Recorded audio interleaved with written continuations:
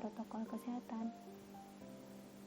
Hari ini kita akan mempelajari bab 4, yaitu sampaikan dariku walau satu ayat. Ada 3 poin yang akan kita pelajari hari ini, yaitu yang pertama, hadis dan dalil Al-Quran tentang khutbah, tabligh, dan dakwah. Yang kedua, penjelasan tentang khutbah, tabligh, dan dakwah. Yang ketiga, menerapkan perilaku mulia dari nilai-nilai khutbah, tabligh, dan dakwah. Dalil pertama yaitu Bismillahirrahmanirrahim.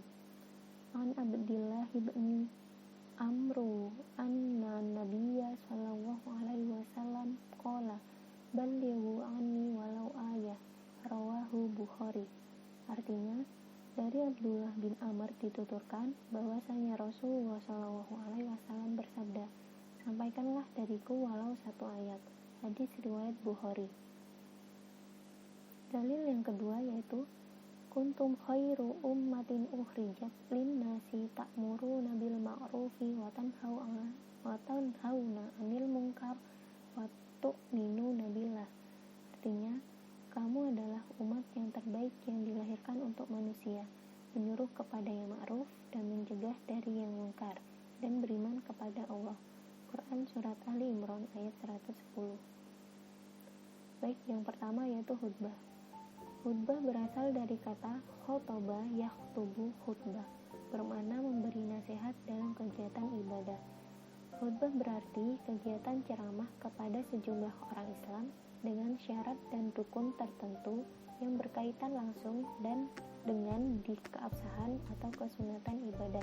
Misalnya khutbah Jumat untuk sholat Jumat, khutbah nikah untuk kesunatan akad nikah, khutbah diawali dengan hamdalah, salawat, wasiat, takwa, dan doa.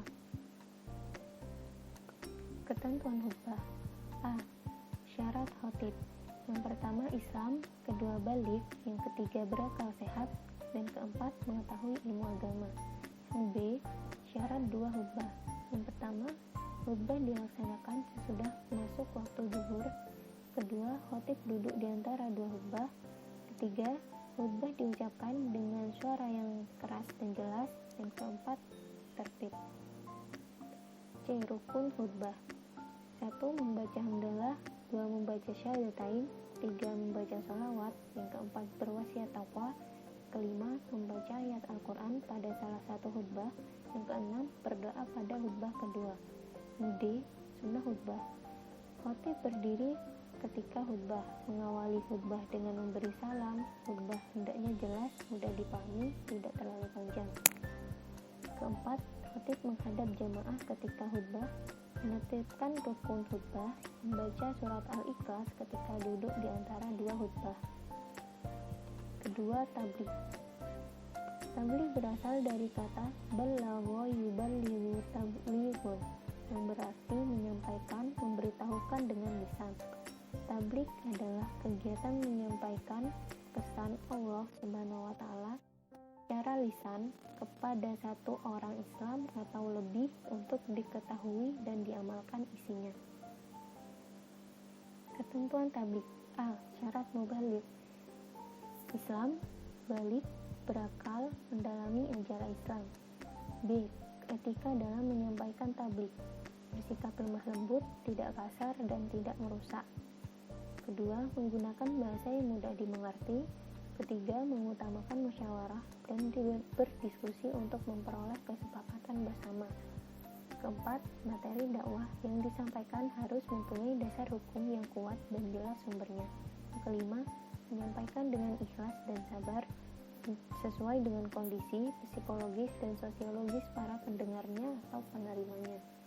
Keenam, tidak menghasut orang lain untuk bermusuhan, merusak, berselisih, dan mencari kesalahan-kesalahan orang lain. Yang ketiga, dakwah. Dakwah berasal dari kata da'a yad'u dakwah, yang berarti memanggil, menyeru, mengajak pada sesuatu hal. Menurut istilah, dakwah adalah kegiatan mengajak orang lain, seorang atau lebih ke jalan Allah Subhanahu wa Ta'ala. Ketentuan dakwah. Yang pertama, syarat dai. Yang pertama Islam, kedua baligh, yang Islam. B. Etika dalam berdakwah. Dakwah dilaksanakan dengan hikmah, yaitu ucapan yang jelas, tegas, dan sikap yang bijaksana. Dakwah dilakukan dengan mau'izatul hasanah atau nasihat yang baik, yaitu cara persuasif, tanpa kekerasan dan edukatif memberikan pengajaran. Ketiga, dakwah dilaksanakan dengan memberi contoh yang baik atau uswatun hasanah. Yang keempat, dakwah dilakukan dengan mujadalah, yaitu berdiskusi atau tukar pikiran yang berjalan secara dinamis dan santun serta menghargai pendapat orang lain. Menerapkan perilaku mulia dari nilai-nilai khutbah, publik, dan dakwah. Pertama, ketika melaksanakan sholat Jumat, hendaklah kita mengamati dan menyimak khutbah yang disampaikan oleh khatib, bagaimana etikanya, bacaan-bacaan yang dibacanya, serta urutannya. Dengan memperhatikan khatib secara utuh, diharapkan suatu saat nanti bisa tampil sebagai khatib pada waktu sholat Jumat.